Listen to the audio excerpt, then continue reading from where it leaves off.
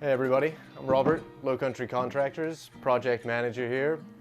This is a little project we're doing. We're changing what was a laundry storage room into a new guest bedroom and bathroom with a little deck, which you can see right out through this new exterior door, which we just got in.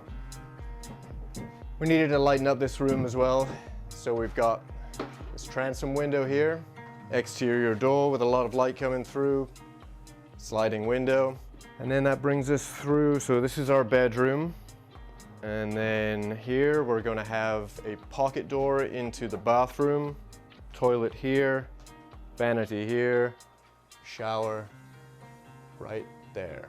Rough-in plumbing's done, rough-in electrical is done.